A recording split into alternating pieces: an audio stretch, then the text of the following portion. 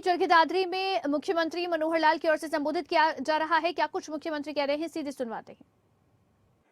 कि हरियाणा में जो पशु मेले हमने शुरू किए या जो पशुधन की प्रदर्शनी लगाने का क्रम पिछले कई वर्षों से चल रहा है, ये 39वीं राज्य पशुधन प्रदर्शनी है। इस प्रदर्शनी में आकर और पशुपालकों के पशुधन को आज यहां देखकर मन अति प्रसन्न हुआ, क्योंकि मैं एक और बात मानता हूं, जैसा मैंने कहा ये पशुधन, इसको केवल पशुधन न कहें, बल्कि ये सब हमारे किसानों के साथी हैं, हमारे परिवार के सदस्य हैं। पशु किसान का अपना सदस्य होता है, साथी होता है, तभी वो यहां लाकर के मेले करता है। अगर केवल धन होता तो धन का प्रदर्शन तो कभी कोई करता ही नहीं है, बल्कि कोशिश होती है धन को उसी को ना बताया जाए, छुपा के ही रखा जाए। लेकिन ये हमारे परिवार के सदस्य हैं, एक से एक बढ़िया सदस्य। कौन ज्यादा दूध देने वाली गाय है, दूध देने वाली भैंस है, कौन बलशाली सांड है, कौन सा घोड़ा ताकतवर है, कौन सी भेड़ बकरी, उसकी अपनी विशेषता है। ऊंचे से ऊंचा बढ़िया खेल खेलता हुआ, खिलाता हुआ हमारा ऊंट है। ये हमारे पशुओं की विशेषता, जिसका प्रदर्शन हम करते हैं, ये वास्तव में ही हम सबको आनंद देता है। और जो किसान अपने इन पशुओं के प्रदर्शन को यहां दिखा करके अच्छा प्रदर्शन होने पर इनाम पाता है, उसका मन तो गदगद हो जाता है। भाइयों बहनों, इन पशुओं की महत्ता अपने देश में बहुत अधिक होती है। हमारा देश ऐसा है, इसमें पशुओं की पूजा होती है। दुनिया का कोई देश पशुओं की पूजा नहीं करता है। हमारे यहां तो देवी देवताओं के वाहन ये पशु होते हैं।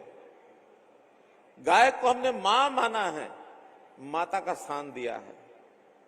गौ माता के प्रति कितनी हमारी श्रद्धा है। ये गौ हमारी आजीविका का साधन तो होता ही है, लेकिन इसके जो और उपयोग हैं, गौ को पवित्र मान करके घर में रखना, इसको पुण्य का काम माना गया है। अब ये ठीक है, एक समय ऐसा आ गया जब गौओं को भी हमने आर्थिक रूप से उपयोगी है कि नहीं है ये मानना शुरू कर दिया।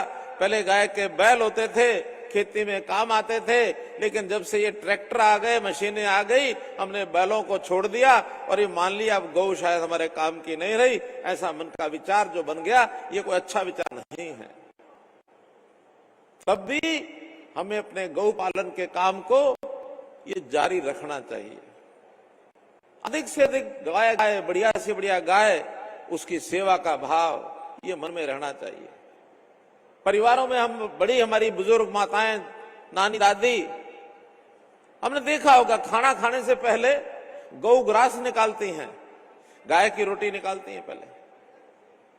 आखिर गाय की रोटी निकालने का मतलब कोई ना कोई, जैसे अपने बच्चे को रोटी खिलाती है, गाय को रोटी खिलाती है, इसका मतलब उसका कहीं ना कहीं प्रेम प्यार है, जागता है। तो इस प्रकार से हमें केवल इसको पशुधन नहीं समझना चाहिए, बल्कि इसके प्रति हमारी श्रद्धा का भाव ये होना चाहिए। और हम तो जिस प्रकार से पशुओं के साथ तालमेल रखते हैं, उन पशुओं की भाषा भी समझते हैं।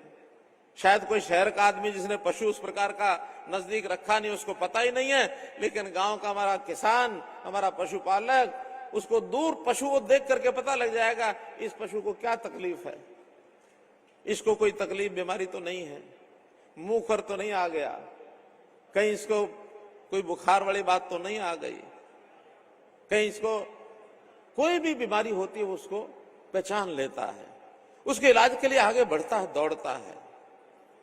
पशुओं की भाषा समझते हैं, पशुओं का व्यवहार समझते हैं। एक छोटी कहानी बताता हूं आपको मैं। एक बार एक मास्टर जी स्कूल में एक बच्चे को पूछते हैं, सब बच्चे बैठे थे, सबको पूछा, अच्छा बताओ भाई, बाड़े में अगर 10 भेड़ें किसी एक पालक ने, भेड़ पालक ने बांध रखी हैं, तो अगर एक भेड़ उसमें से कूद करके छलांग लगा करके दीवार फांद के बाहर निकल गई, तो बताओ बाकी कितनी बची? तो बच्चे हिसाब किताब लगाने वाले सोचने लगे भाई 10 में से 1 कम होगी तो 9 हो जाएगी, यही जवाब होगा। एक बच्चा बहुत ऊंचा उसने हाथ खड़ा किया सबसे पहले, तो मास्टर ने उसी से पूछ लिया कि बता भाई। कहने लगा जी एक भेड़ अगर कूद गई तो बाद में 1 भी नहीं बचेगी। कहने ये क्या बात हुई? 10 थी, 1 जाएगी तो 9 तो बचेंगी। कि नहीं नहीं, मेरा बापू भेड़ पालता और मैं रोज देखता हूं कि अगर 1 भेड़ कूद जाती है तो सारी कूद के बाहर चली जाती है, बचती नहीं अंदर कोई। तो ये उसकी भाषा वो जानता है, पशुओं का व्यवहार क्या वो जानते हैं। हम लोगों को इस पशुपालन के काम में आजीविका तो है ही, ऐसा नहीं कि नहीं है। हमें इसका दूध भी प्राप्त होता है। अपने एक गीत बनाया बहुत कवियों ने, कलाकारों ने, क्या देश हरियाणा, हमारा देश हरियाणा जी, दूध दही का खाना। एक मैं छोटा बचपन में सन 66 के अंदर जो हरियाणा बना था, उस समय गीत एक बालक ने बोला था, आज मुझे 2 पंक्तियां याद हैं। 1 नवंबर सन 66 ने बना राज हरियाणा, शाम सवेरे दोनों बख्ता जी दूध दही का खाना। तो हरियाणा दूध दही के खाने के लिए प्रसिद्ध है। गौ का पंचामृत, चाहे गाय का दूध हो, घी हो, दही हो, गोमूत्र हो, गोबर हो, हर एक चीज का उपयोग है। वो हमारे खाद के लिए भी काम आएगा। हमारे यहां A2 जो दूध होता है, गाय का A2 दूध की हमने एक बार अनुसंधान कराया था जब धनखड़ जी कृषि मंत्री थे। उसके लिए अलग से ऐसी देसी गाय जो A2 दूध देती है, उसका जब ब्रांडिंग की प्रचलन किया तो उसकी मांग बहुत बढ़ गई। कहते हैं A2 का दूध अगर पिएंगे आंखों की रोशनी बढ़ेगी, कैंसर खत्म हो जाएगा, शरीर की 100 बीमारियां ठीक होती हैं, औषधि का काम करता है दूध। गोमूत्र से कितनी दवाइयां बनती हैं। आज विज्ञान ने भी सिद्ध कर दिया कि गोमूत्र दवाइयों के लिए बहुत उपयोगी है, आयुर्वेद दवाइयों के। गोबर तो एंटीबैक्टीरिया। आखिर गोबर से हम अपने घर के चौके लीपते थे, दीवारें लीपते थे। क्यों लीपते थे? इसलिए कि मच्छर मक्खी नहीं आएगा, एंटीबायोटिक्स का काम करते रहे। आजकल तो गमले बनने लगे, बर्तन बनने लगे, बहुत तरह की, यानी पेस्ट बनने लग गई, पेंट बनने लग गए। गोमूत्र के माध्यम से बहुत चीजें, हमारे पंचकुला के अंदर एक अनुसंधान केंद्र खोला गया है पशुपालन का, उन्होंने ये सारा प्रयोग उसमें करना शुरू किया है। तो मेरा तो यही कहना है कि ऐसे अवसरों पर हमको अपने गौवंश को ठीक से संभालना है। आज गौवंश कम होता जा रहा है, इसकी सुरक्षा के लिए सरकार ने भी कानून बनाया है। गोवंश, गो संवर्धन, गो हत्या करेगा, गो रक्षा, गो संवर्धन के नाते एक्ट बनाकर जो गो हत्या करेगा उसके खिलाफ कार्रवाई, 10 साल तक की सजा, ये हमने कानून बनाया है। ये कानून बनाया, लाखों रुपए जुर्माना करने का प्रावधान बनाया। अब गौ पालन के नाते से घरों में गौ पालनी थोड़ी कम हुई तो गौशालाओं का हमारे समाज में बड़ा प्रचलन है। हरियाणा में 632 गौशालाएं हैं इस समय, और उन गौशालाओं के संभाल के लिए हमने गौ सेवा आयोग बनाया हुआ है। शरण गर्ग जी इनको अध्यक्ष बनाया हुआ, उसका पूरी टीम है, सब जिलों में टीम है। एक बात ध्यान में आई कि बहुत से गौवंश की, चाहे वो बछड़े हैं चाहे वो गौएं हैं, उनको लोग छोड़ देते हैं, दूध नहीं देती तो छोड़ करके सड़कों पर जब आते हैं, बेसहारा गौवंश एक्सीडेंट करते हैं, पनिया खाते हैं। बड़ी कई बार दुविधा मन में होती थी कि इसका कैसे हल निकाला जाए। इस बार हमने बैठे टीम के रूप में बैठ करके विचार किया कि जो बेसहारा गौवंश सड़कों वाला है, इसको सबको गौशालाओं में लाएंगे, और जो 40 करोड़ रुपया बजट हमारा पिछले साल था, इस बार 40 का 80 नहीं, 120 नहीं, 160 नहीं, 400 करोड़ रुपया बजट हमने तय किया।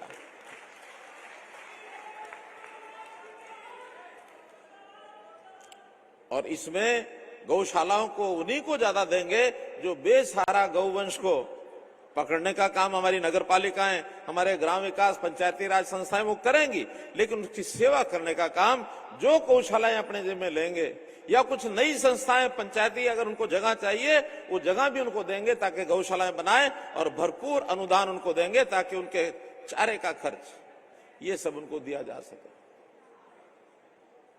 हमने इसी प्रकार से पशु चिकित्सा, जिसका जिक्र दलाल साहब ने किया, मोबाइल पशु चिकित्सालय ये हमने बनाए हैं।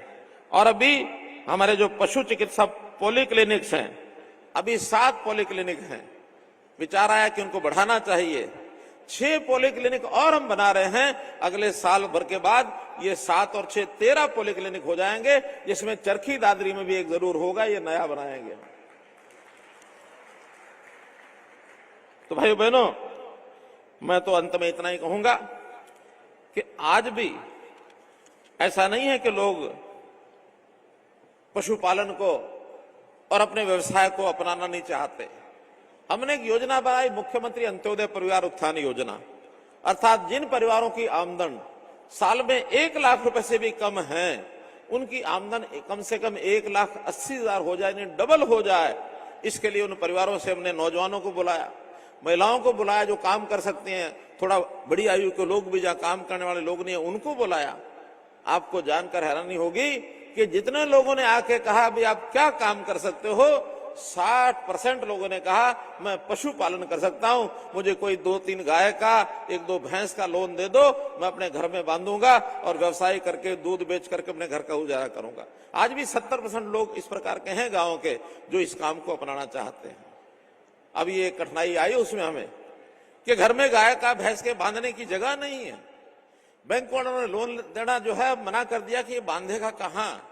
इस साल के बजट में हमने एक नई योजना बनाई है कि हम हर गांव में पंचायती जमीन पर सांझा डेयरी नाम से एक प्रोजेक्ट बनाएंगे कि पंचायत की जगह होगी, उसके अंदर एक शेड बनाएंगे, जिसने अपनी गाय भैंस आके बांधनी है बांधो, सेवा करो, शाम को सवेरे दूध निकाल करके बेचो। हम सांझा डेयरी कार्यक्रम शुरू करेंगे।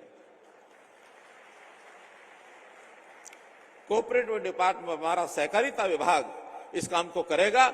1 अप्रैल से उस योजना को लॉन्च करेंगे और गांव में जो लोग इस प्रकार के हैं जिनके पास जगह नहीं है, 2 पशु, 3 पशु, 1 पशु, जितना भी लोन लेना चाहेंगे उनको देंगे। अगले साल में हम चाहते हैं ऐसे परिवार, अभी 7 लाख परिवार ऐसे हैं जिनकी आय 1 लाख रुपया साल से कम है, जिसमें से 80,000 लोगों की एप्लीकेशन तो हमने मार्क कर दी है बैंकों को, इनको लोन दे दो, काफी को दे दिया, बाकी चल रहा है। अगले इस साल में 2 लाख परिवारों को और हम लोन देंगे। बैंकों से बात हो गई है कि हम पशु के लिए, पशुपालन के लिए या अन्य कोई काम करने हैं, ऐसे 2 लाख परिवारों के लिए 2,000 करोड़ रुपया हम रिजर्व रखते हैं, उनको सबको देंगे, सबको देंगे। गरीब आदमी है, अगर उसके पास गारंटी देने के लिए कुछ नहीं है तो सरकार उसकी गारंटी लेने के लिए तैयार है। एक अनुभव और हमारा है कि जितने आदमी को छोटे लोन दिए जाते हैं, वापस करने में बड़े बड़े लोग तो हेराफेरी कर जाते हैं। कंपनियों वाले लोग, बड़े व्यापारी देते हैं, वापस करते हैं, नहीं करते हैं, 6-8 महीने, 6-8 साल में कभी ना कभी फेल होकर खड़े हो जाते हैं। लेकिन ये जो छोटा आदमी लोन लेता है, ये छोटी छोटी किस्त कमाई में से साथ साथ देता है, ये डिफॉल्टर नहीं होता है, डिफॉल्टर नहीं होता है। अभी कुछ दिन पहले मैंने ऐसे लोग जो प्रधानमंत्री ने एक योजना बनाई थी, रेडी फड़ी लगाने वाले, छोटे खोमचा लगाने वाले ऐसे लोग, 10,000 रुपए का उनको लोन गवर्नमेंट की गारंटी पर दे दो, हमने दिए। हरियाणा के अंदर लगभग ऐसे 27-28,000 लोगों को लोन दिए हुए हैं। एक दिन उन सबसे टेलीफोन करके, एक टेलीफोन की व्यवस्था होती है कि सबको जोड़ लिया जाता है, जैसे मैं यहां से बोल रहा हूं ऐसे वो सब लोग सुन लेते हैं और बाद में फिर कुछ लोगों से मैं बात करता हूं। जितने लोगों से मैंने बात की, सबने कहा हमारी किस्तें पूरी हो गई हैं, अगला लोन 20,000 का भी हमने ले लिया है, अप्लाई कर दिया है। केवल एक आदमी 3 लोगों में मुझे मिला, कहने लगे मेरा रेडी का एक दिन सामान खराब हो गया था, मुझे 4,000 रुपए का घाटा पड़ गया, मुझे उस दिन रेडी बंद करनी पड़ी, मेरी मदद करो। हमने डिप्टी कमिश्नर को कहा सबसे पहले जाके इसकी मदद करो, दोबारा इसकी रेडी लगवाओ, दोबारा लगवाओ। आखिर रोजगार करना, लोग अपनी कमाई करके अपने आप को ऊपर उठाएं, किसी के आगे हर समय हाथ फैलाना ये अच्छी बात नहीं है, अच्छी बात नहीं है। हमारा हाथ सबका यूं रहे, अच्छी बात नहीं। हमारे जीवन में ऐसा समय आए जब ये हाथ यूं रहने के बजाय यूं हो जाए, किसी की मदद हम भी कर सकें, ये स्वभाव मन में चाहिए। स्वाभिमान ये जागना चाहिए।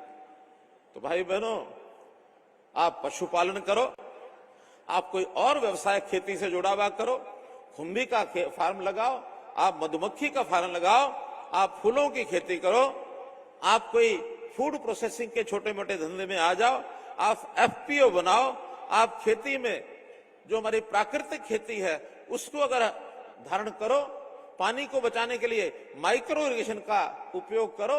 जो काम किसान, जो काम पशुपालक करना चाहता है उसको कहीं कठिनाई आती है, उस कठिनाई को हटाने के लिए, दूर करने के लिए हमेशा आपकी ये सरकार ये हमेशा तैयार है। आप हमको संदेश भेजिए, आपको मदद करेंगे। बहुत बहुत धन्यवाद, बहुत बहुत आभार।